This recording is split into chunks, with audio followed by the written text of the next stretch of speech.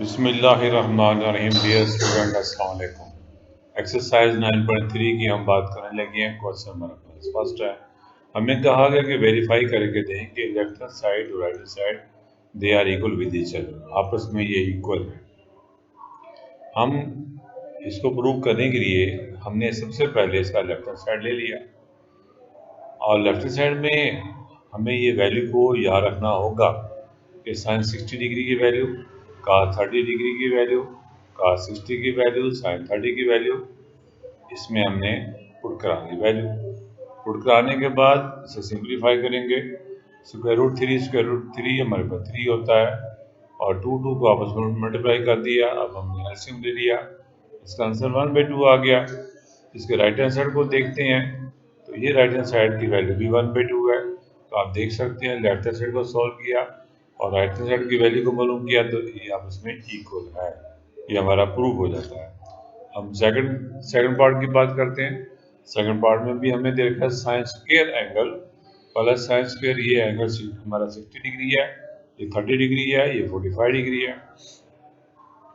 इसको सॉल्व करेंगे। इसकी लेफ्ट हैंड साइड हमने ले ली, ये हमारे पास 30 डिग्री की वैल्यू को, ये साइन स्क्वायर को हम ऐसे लिख सकते हैं, हमारे पास होल के पावर 2 आ जाएगी हमारे पास। तो साइन 30 की वैल्यू हम जानते हैं, साइन 60 की वैल्यू पुट करा दी। ये हमारे पास 1045 है, 1045 की वैल्यू 1 होती है। इसको स्क्वायर किया, इसका स्क्वायर किया, अब हम इसका एलसीएम लिया, सॉल्व किया, हमारे पास आंसर इसका 2 आ जाता है और ये हमारे पास प्रूव हो जाता है।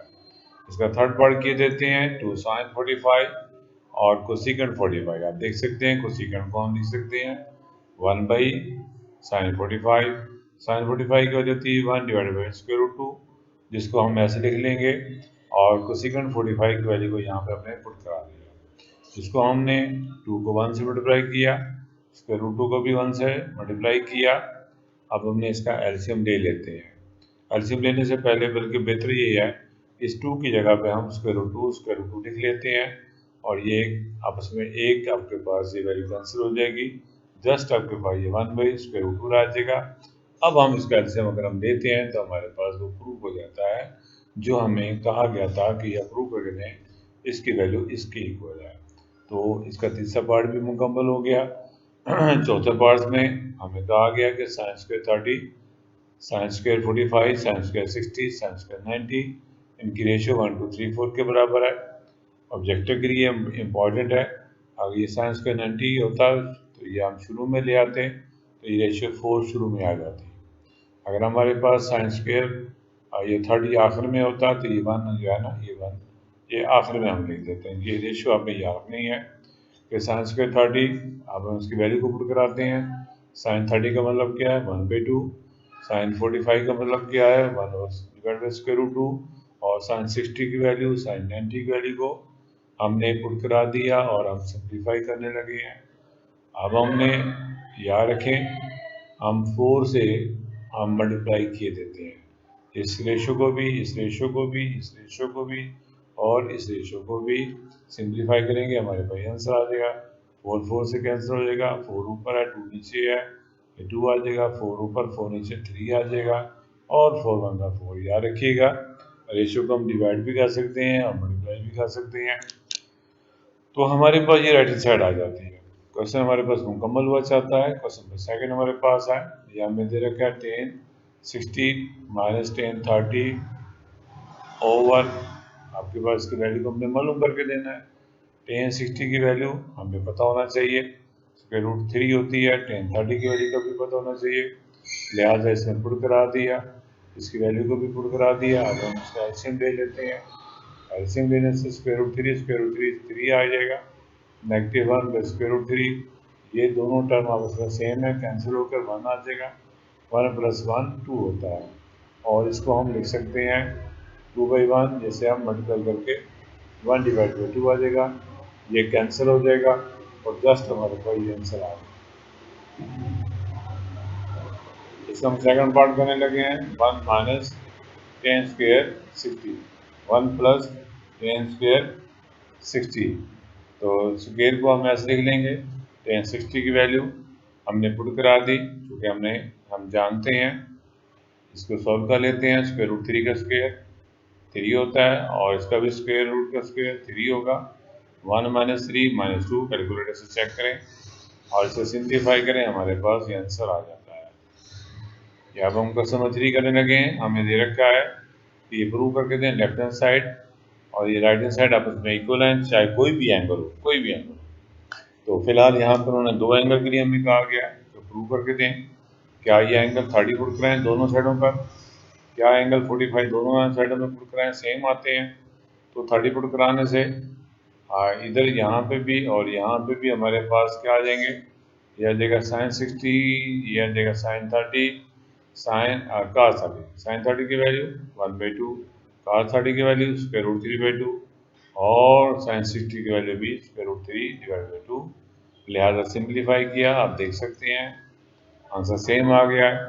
अब हम क्या करेंगे कि theta is equal to 45 put करा के देखते हैं। कहाँ, यहाँ पे 45 पुट कराया दोनों साइडों पर और 2 को इस एंगल से मल्टीप्लाई किया और साइन 91 होता है, साइन 45 की वैल्यू cos 45 की वैल्यू, और ये डिनोमिनेटर में दोनों स्क्वायर रूट में है, लिहाजा 2 आ जाएगा। ये 2 ऊपर है, 2 नीचे कैंसिल होके हमारे पास ये 1 आ जाता है। अब हमें दूसरा हमें दे रखा पार्ट, इसमें भी बारी बारी 30 पुट कराएंगे, 45 पुट कराएंगे। 30 पुट कराने से मल्टीप्लाई करने से 2 से 60 आ गया।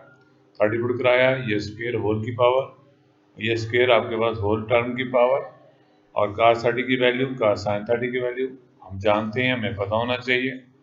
पुट कराया, स्क्वायर किया, एलसीएम लिया, हल किया, हमारे पास वही लेफ्ट हैंड साइड हमारे पास राइट हैंड साइड बराबर आ जाती है।